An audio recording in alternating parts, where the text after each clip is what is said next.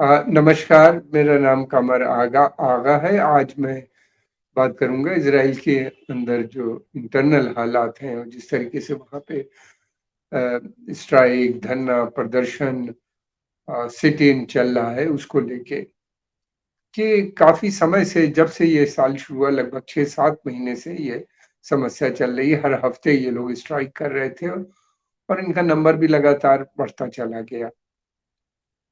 उसका इनका जो मेन सबब था स्ट्राइक का वो ये था कि जो अ, जो ये लोग नया बिल लेके आए हैं जो पास हुआ है अभी कुछ ही समय पहले यूनानिमसली 64 जीरो से इजरायली कैनेसेट में जिसको वहाँ की संसद कहते हैं वहाँ पे ये पास हुआ है बिल।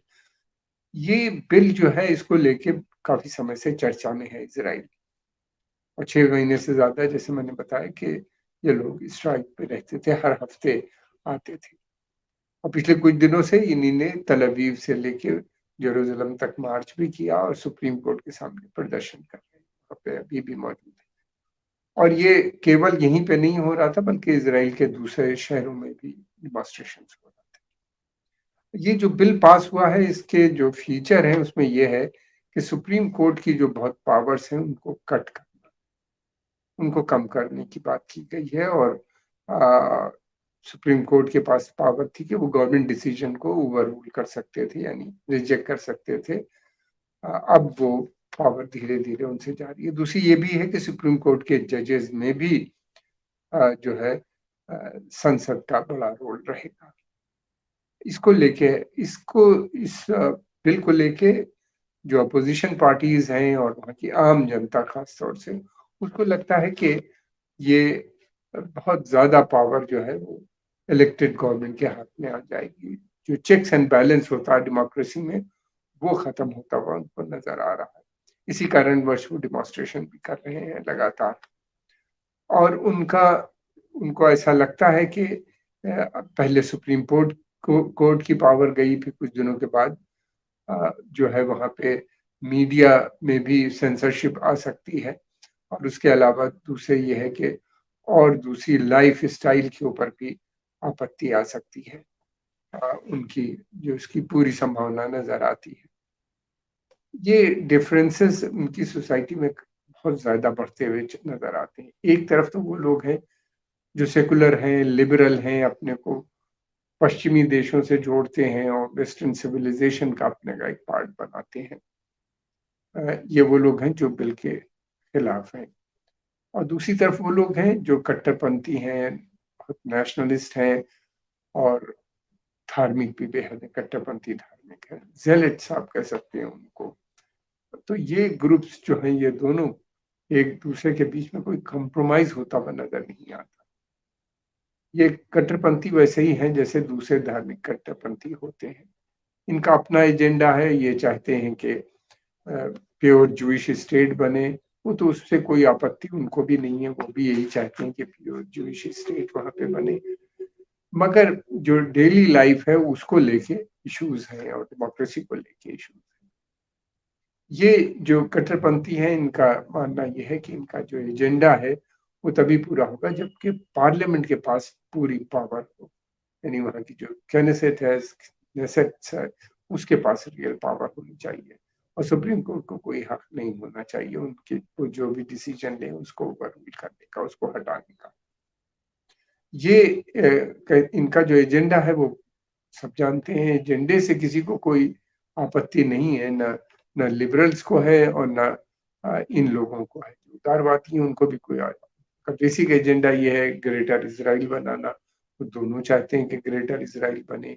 फिर इनका ये है कि जेरूसलम को एनेक्स किया है, इसी तरह वेस्ट बैंक को भी पूरा एनेक्स कर लेना चाहिए और उसको जुडाइज कर देना चाहिए और वहाँ भी जुडाइजेशन प्रोसेस इंट्रोड्यूस होना चाहिए। जो जेरूसलम सिटी में भी उसका कैरेक्टर को बदलना, जो अरब कैरेक्टर उसको खत्म करके जूइश कैरेक्टर उसको लगाने की बात की जा रही है और नए सेटलमेंट्स की बात की जा रही है। इन सब या ईरान के ऊपर जो न्यूक्लियर वेपन प्रोग्राम को लेके जो डिबेट है उसमें भी कोई दोनों को आपत्ति नहीं, दोनों चाहते हैं कि इजरायली न्यूक्लियर इंस्टॉलेशन पे अटैक होना चाहिए।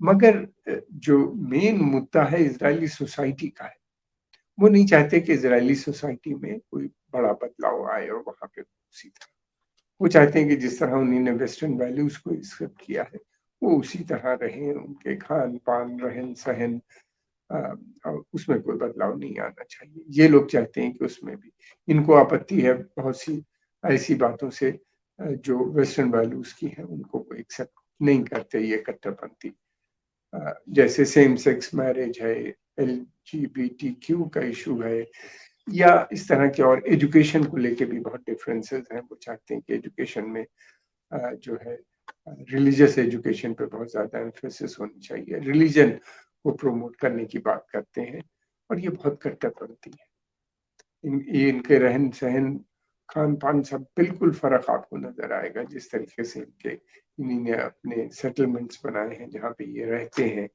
और जिस तरह की इनकी स्कूल्स वहाँ पे चल रहे हैं, जिसको हम लोग मदरसा भी क्या आप कह सकते हैं या गुरुकुल समझ लीजिए, उसके अंदर भी बहुत कट्टरपंथी लोग ये सेना में नहीं ज्वाइन करना चाहते। ये लोग जो पढ़ते हैं एक्सेप्शन होता है, मिलावा है, इनको रहता है जिसके ऊपर आपत्ति है उनको कि इनको भी सेना में जाना चाहिए। इस पे काफी बहस भी हो रही है। और तो ये मेरे कहने का मतलब ये है कि ये एक डिवीजन जो है ये बहुत गहरा है और ये बढ़ता हुआ नजर नहीं। अब ये देखना ये है कि ये किस तरीके से उसको कंट्रोल करते हैं। सत्ता में तो ये आ गए हैं, अब ये सत्ता से इनको हटाना भी मुश्किल होगा अगर इस तरीके से वे कामयाब हो गए। लेकिन दूसरी तरफ इजरायली सोसाइटी पूरी तरीके से एक बड़ा सेक्शन जो है उसका बहिष्कार कर रहा है, इनकी चीजों को मानने को तैयार नहीं है, और वो लगातार हम देख रहे हैं कि वो इनके खिलाफ बात कर रहा है। और वो भी है कि एजेंडे को लेके जो ये चाहते हैं उसको वो एक्सेप्ट करने पे तैयार नहीं नजर आते हैं। अब लिबरल्स का जहां तक सवाल है, वो लिबरल्स कहते हैं कि हमारा जो एक रहन सहन का एक स्टाइल है उसमें हम कोई कंप्रोमाइज नहीं करेंगे। इजरायली सोसाइटी इतनी ज्यादा डिवाइड हो गई है कि अब वो इंटरनल प्रॉब्लम्स में फंसती हुई नजर आ रही है और काफी हद तक आ गई, इसलिए ये मसला जल्दी हल होने वाला नहीं। और जब तक ये मसला हल नहीं होगा तब तक मैं नहीं समझता कि ये ग्रेटर इजराइल के बनाने के जो इनके सपने थे या ईरान के ऊपर अटैक करने का जो पूरा प्लान इन्होंने बनाया था, और जिसकी एक्सरसाइजेज मिलिट्री ने एक्सरसाइजेज भी की थी अमेरिकन के साथ मिलके भी, और उसके अलावा अब मुश्किल होगी। उसकी वजह यह है कि सेना में भी इसको लेके विवाद है, और बहुत से रिटायर्ड आर्मी ऑफिसर्स ने इसके खिलाफ बात की है, जो बिल आया है उसके खिलाफ बात की है लोग के खिलाफ। फिर उसके अलावा ये भी है कि जो रिजर्विस्ट हैं यानी सेना के, वो उन्हीं ने भी मना किया है, लगभग 1000 से ज्यादा लोगों ने मना कर दिया है कि वो सेना को नहीं ज्वाइन करेंगे अगर उनको बुलाया जाएगा सेवाओं के लिए। तो इसके मतलब ये है कि सेना कोई बड़ा एडवेंचर लेने पे तैयार नहीं है, कोई बड़ा ऑपरेशन करने में फिलहाल कोई उसको वो नहीं है।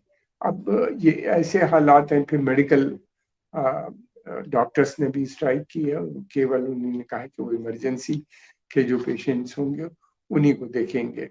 उसके अलावा वहाँ पे जो ट्रेड यूनियंस है वो भी प्लान कर रही है बड़ी स्ट्राइक के लिए। इस तजरुत जो है जिसमें लगभग 8 लाख वर्कर जिसके मेंबर है उसने कॉल दी है कि वो भी करेंगे। ये डिफरेंसेस जो है ये इजराइल में जो ज्यूज हैं वो दो किस्म के हैं।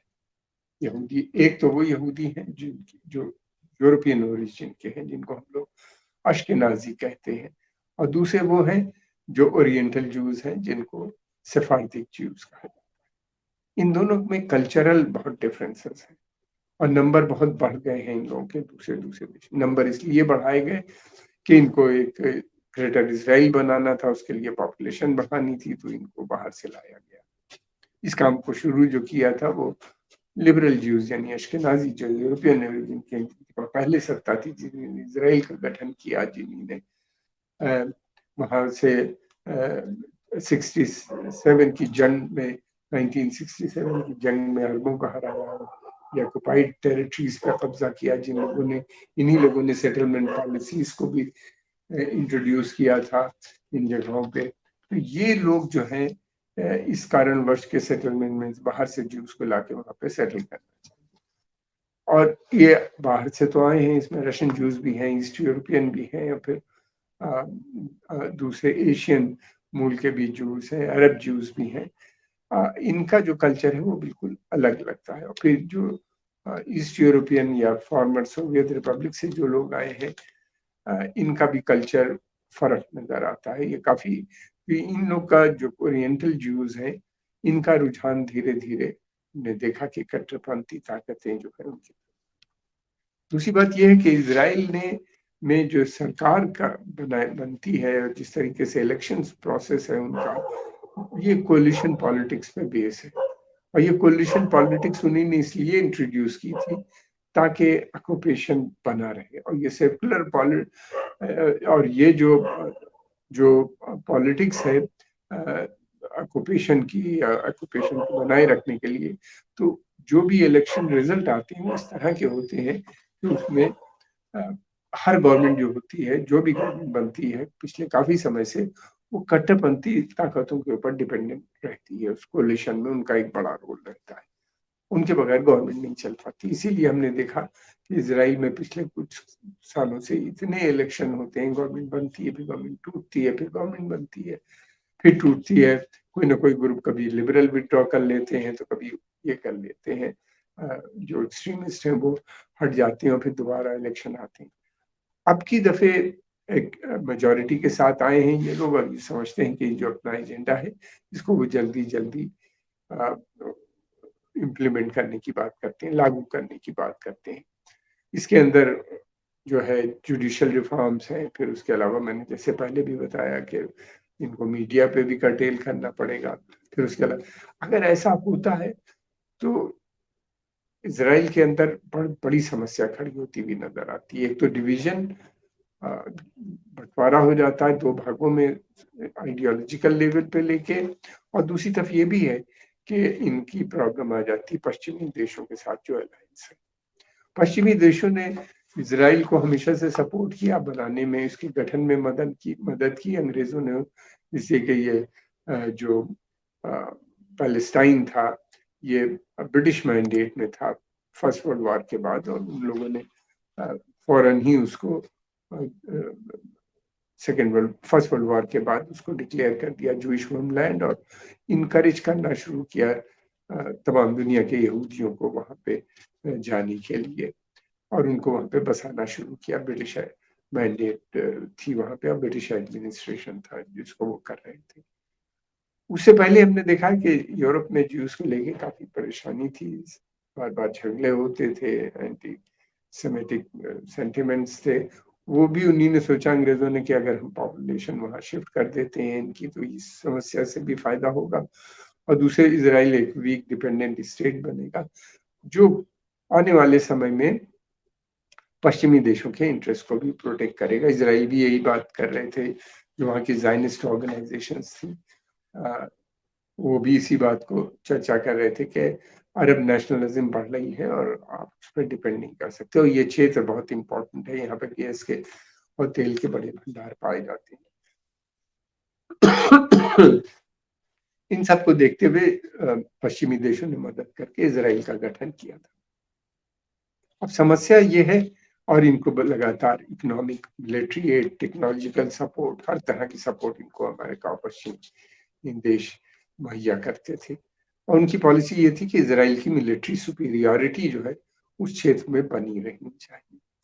ये इनकी पॉलिसी हमेशा से रही है। और यहाँ तक है कि अगर इजराइल को F-16 के जो फाइटर प्लेन्स दिए गए तो वो प्लेन फिर दूसरे अरब देशों को सप्लाई अमेरिका नहीं होने देता, क्योंकि वो इजराइल की सुपीरियरिटी को, एयर सुपीरियरिटी को चैलेंज कर सकते हैं। इस हद तक मेंटेन किया जाता है उनका। अब यह है कि अगर इस तरह की कट्टरपंथी विचारधारा आती है और वो अपनी जूइश सुप्रीमेसी को वहाँ पे इंट्रोड्यूस करती है, और फिर उसके बाद वो एक नए कल्चर, वेस्टर्न कल्चर के खिलाफ बात करती है, तो इनके रिश्ते अमेरिका से भी बिगड़ने की संभावना है। हालाँकि ऐसा होना मुश्किल है, अमेरिका पूरी कोशिश करेगा।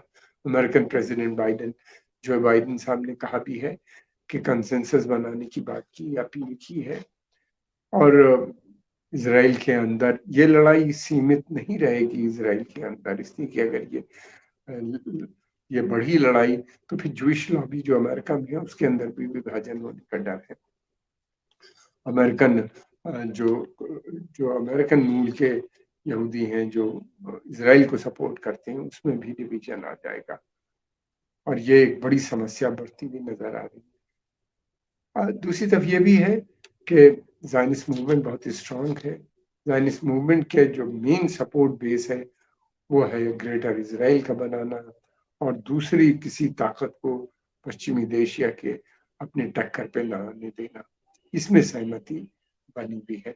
अब देखना यह है कि क्या ये सहमति इस पे बनी रहेगी। इस पे सहमति तो बनी रहेगी लेकिन इंटरनल इश्यूज इतने बढ़ गए हैं कि उनको सॉर्ट आउट करना मुश्किल है। तो ज़ायनिस्ट एक तरफ तो यूनाइटेड है मगर दूसरी तरफ कल्चर को लेके और बहुत से दूसरे इश्यूज जो है डेमोक्रेसी रूल ऑफ लॉ को लेके उसके ऊपर विभाजन नजर आता है और ये बहुत ज्यादा बढ़ गया है। और अगर और ज्यादा बढ़ा तो मैं समझता हूँ कि एक बड़ी संख्या में जो यूरोपियन मूल के जूस हैं इनके पास डुअल सिटीजनशिप भी है, ये माइग्रेट भी कर सकते हैं दूसरे देशों में। ये अभी जल्दी है इस तरह की बातें करना, लेकिन संकेत जरूर इस तरह के मिल रहे हैं कि बहुत बड़ी संख्या में लोग बाहर जाने की भी बात कर रहे हैं पिछले कुछ समय से।